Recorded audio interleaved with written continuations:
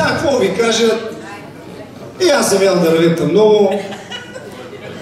Даже така, отдавна не съм заздал пред хора да си спомням, но реших, че тази вечер ще го извършим в името на доброто дело. На времето направиха ми постановка. Вижте сега, всеки човек си има някакъв талант. Един си е цар на цигулката. На една струна, че ти свири цял симфоничен оркестър. То Багалин, знаете го там, ония, като му наразали струна. На една струна е свирил цял симфоничен оркестър. Друг ще напише едно на един лист, векове наред се чете. Аз съм си цар на една друга работа. Какво правим? Гепим си, бе, да, бе, даже бехме изключили запознанство на морето преди време с едни шведки и към 3:30 аз усетих, че съм се наметал за лечим висове, такова съм се качил на самолета вече и викам, я да излезе малко се разходим да проветрим съзнанието и 3:30, 4 некъде, излизам да се разходим по плажа и изведнъж в мене онова чувство, което кара композитора да хване инструмента, което кара писателя да вземе химикал. Абе, краде ми се, викам, шепулде! 4 часа нема жив човек на плажа, братко, само нема някакви корабчета светят там на Мачо Пичо от царевицата, нема сега да плувам вътре, да развалиме прическата, нали? Аз тогава много гело съм ходил. Тази вечер съм си забравил гело и съм леко от депресия, извинявайте, ако забавено говоря. И без да се усетя съм си свалил сам златния пръстен, братко. Без да се усетя съм си го свалил. И майка ми на времето вика, братко, що крадеш, бе, мама? Що не ти си кандидатираш на промна събрание? И аз викам някаква верно. И нали ме да вага негово пъти по телевизията и много ми се дигна рейтинга, така се каже. И та камерка от тогава. Тогава не имаше такива. Това беха с големите касети. И кандидатирах се, направих си бързо една мала партия. Тогава беха БСП, СДС. Няма такова нещо. Нещо като БСП и СДС обединено. Така, да върви до оверата. Това беше девиза на нашата партия. Много членове имахме по това време. И като усетиха, че ще влезем за жълто политиката, и ми направили постановка. Наботали ми камуфлажна пачка, банкноти в джоба и газов пистолет. Откъде ще има аз такова нещо? Бега нещо ме убива на кръста, бъркам, гледам, газов пистолет. Сега среща момчето, че имаше ми връща пари, нали, това отделен въпрос. А нещо беше къснало и тук на челото, аз да му го почистим така с пистолета и затова изглеждахме така отстрани. И като се намери наблизо една бабичка, една биелица и като почна милиция! Полиция! Тя не знаеше милиция или полиция, или точно тогава ги смениха. И две полицайчета затичаха се към мене, аз да му обясним, че съм намерил газов пистолет, без да искам да натиснах спусканото лупно. И другото вика, горе цети, горе цети! Горе цети, ротарианците от Русе знаят. Викам, то само от Русе. Горе цети, викам, то само от Русе. Я да видим, верно ли, че на ти от Русе не им действа газовия пистолет? Това, нали, знаете, от Романско там ги оказяваха много. Не беше от Русе. Тръгнал съм да бегам, аз ще бегам и то с трамвай. Няма такива работи, бе, брат. Аз съм посегнал на служебно лице, знам каква е процедурата, че ме заключат вътре, че стане дума за трамвай. Аз никога през живота си не съм се возил на трамвай, а много мразим да съм некомпетентен. Затова спре един трамвай, аз викам, отивам в затвора, за последно, че влезем да разгледам какво е трамвай. Не съм тръгнал да бегам изобщо. Затичах се да не го изтървем. Влизам вътре. Не знам, возите ли се на такива неща, мене не ми хареса определено. Вътре население, хора един върху друг, не да не смърдеше такова. Всеки момент очаквах една бабичка с една козичка да изпрънка от некъде. Гледам една жена натъманена, така, с едно палтенце, с едни синджирчета.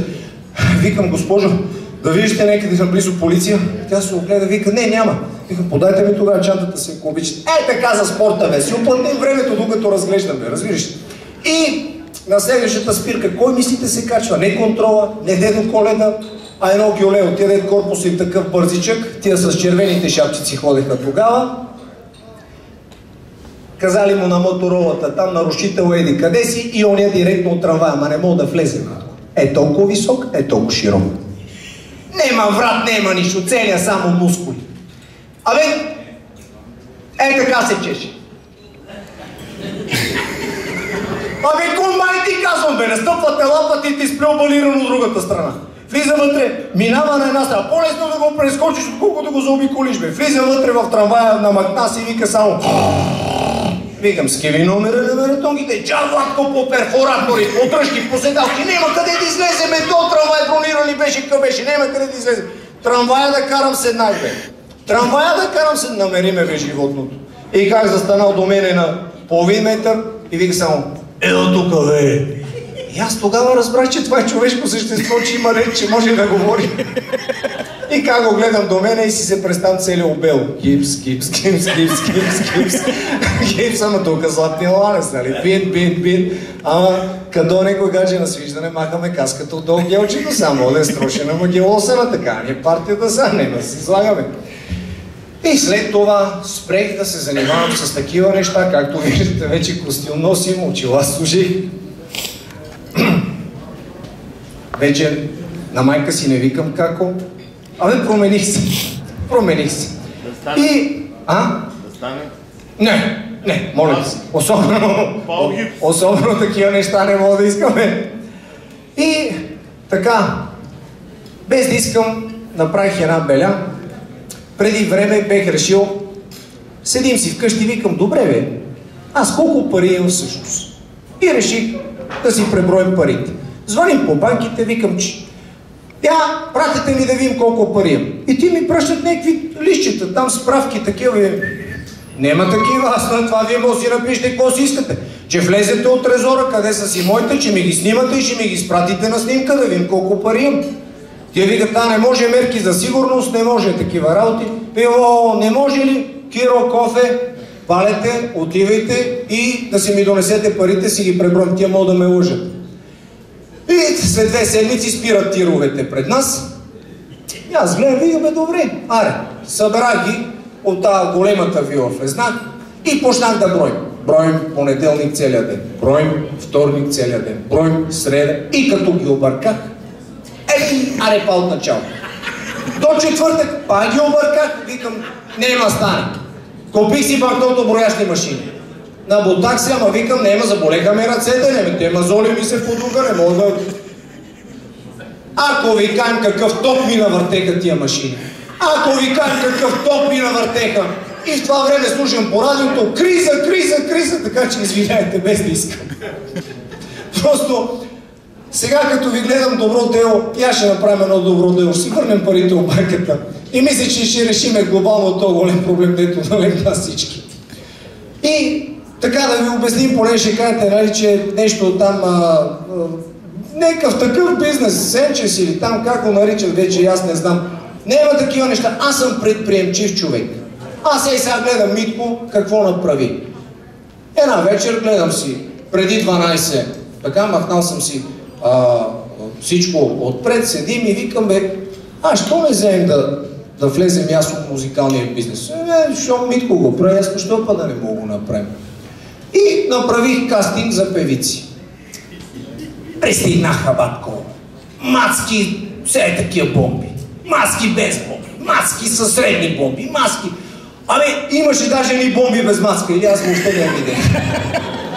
Нема. На една къса и беше толкова голем, че трябваше 3 се събереме, за да мога да го видиме цели, иначе 2 не стигат. Една имаше толкова грим, го бехме махнали, паднаха гащи. Казвам ти, аз сега разбрах, що не има срам тия жени. Те имат срам, просто не може да си прехапат устните. Не може. Аз съм предприемчив човек. Аз искам да е нещо, което го няма на пазара. Клиентелата трябва да остане доволна. Какво има на пазара? Готини гаджета с големи бомби. Какво ще направим? Грозно гадже без бомби. Направих кастинг. Ако ти кажем какви страшилища дойдоха. Ако ти кажем, батера, какво се нагледах. От турска щангистка нагоре бех. Ама ти кажем, такъв гроздариум не мога си представите. Нещо невероятно беше. И изведнъж я видех моята. Толкова грозна, че сигурно техните се хранили с прашка като малка. Толкова грозна, мате, че грозната Бети е като мис Селена пред нея. А Трифон Иванов си е Трифон Иванов. И единственият талант е да вари вода до 1 литър. Това не може. Страшно. Веднага и издадах албум с голи снимки. Направих и няколко авторски парчета. 2 авторски, 2 авгръцки и 2 австръвски. разплаква тираджия от митницата, защото съдържат всичките 8 думи, дето ги знае. Заснех и страшен клип с последната ми Nokia. Публикувах я в Playboy, в Playback, насекъде. Поснах я по телевизиите на директорите, нали знаете, все пак бизнеса си има някои закони. Подгреваше Шабан Шауличо лекото даже. Невероятно! И като тръгна една кариера, ти казвам, не мога да събере парите от сотиена, трябваше да ги пострижеме космите даже малко. Това е съвсем сериозно. И изведнъж се сблъсках с неочакван проблем. Никога не съм предполагал, че ще го имам в началото. Викам, как да се казва? Тия всички шуркат и мъти, как и викат, всичко заето. Това е Ивана, Ивона, Ивуна, Глория, всичко заето, бе, бе.